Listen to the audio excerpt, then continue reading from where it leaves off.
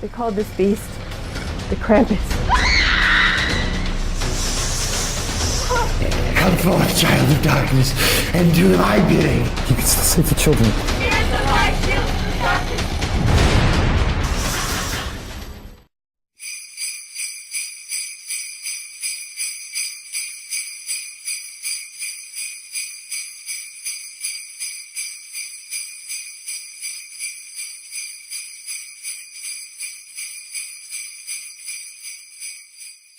Krampus has never looked more badass.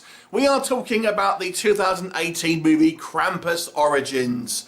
Now, there have been a whole heap of Krampus movies since the 2015 cinema one that came out, and we've seen loads of straight-to-DVD ones. And here we are with Krampus Origins, and this movie it kind of reminds me of the kind of the Christmas specials that you used to get in the TV here in the UK. So this initially takes place at the tail end of World War I, where we see the Germans messing around with obviously things they shouldn't, and summon the kind of the spirit of Krampus. But then it's from this kind of like this magical book. Then we kind of cut to a few years later, and this book has ended up in this kind of like an orphanage. And we have a variety of kind of characters there, obviously nuns, and there's a whole bunch of children. There's this woman who comes in there, and she's basically like a new teacher ultimately. And one of the girls is kind of a little bit spiritual, and ultimately the book is read, and it kind of summons the spirit of Krampus. Initially in the form of like this little boy who kind of is doing the whole kind of omen thing, but then basically into a hulking brute of a armoured monster who obviously kind of wants to take the souls of the children for himself. So let's talk Krampus Origins. I actually thought this movie was quite ambitious, considering it's clearly quite a low budget film.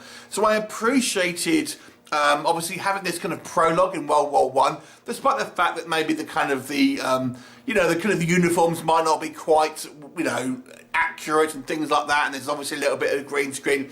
And nonetheless, I thought it was having a kind of a completely different kind of setting. Maybe it's kind of done in reshoots, it seems potentially, but I actually thought it added something a little bit extra to this movie.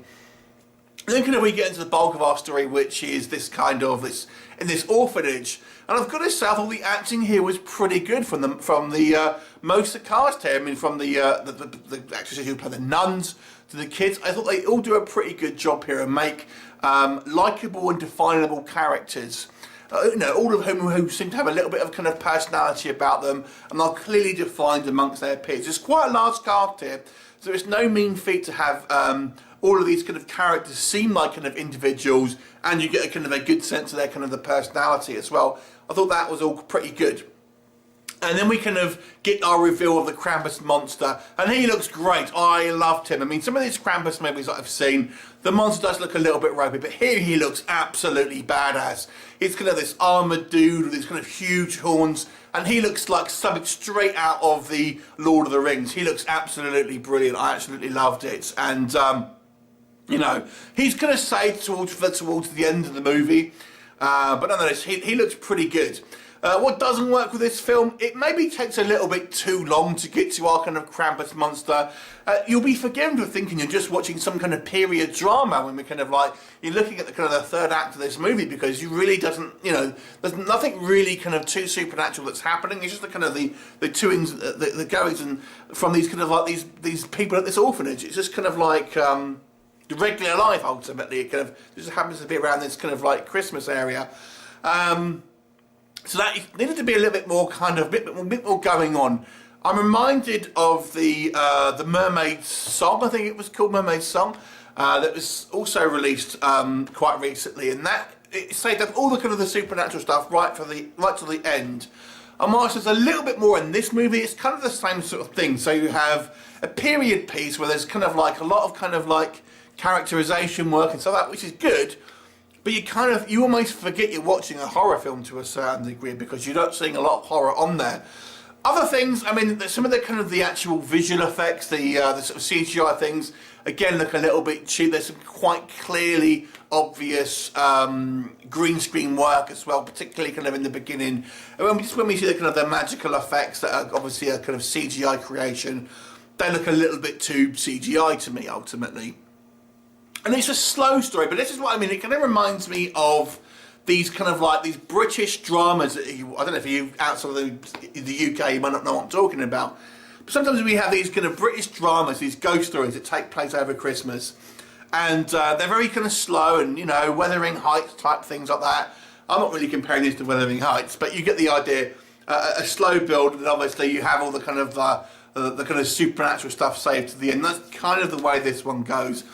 So if you like a kind of a slow build period piece with a kind of a horror twist, then this may be the one for you. I've got to say, I was invested because of the actors and the characters here. And when we get to our kind of Krampus monster, I was thoroughly impressed with the design work there, because he was truly awesome. So overall, I've got to say, I thought this was probably better than a lot of the kind of the straight-to-DVD kind of Krampus film movies that we've seen. Not maybe as good as the Adam Scott one that was in the cinema, because obviously that was a lot higher budget. But nonetheless, I'll give this movie a 6 out of 10. Have you seen it? What did you think of it? Leave me comments.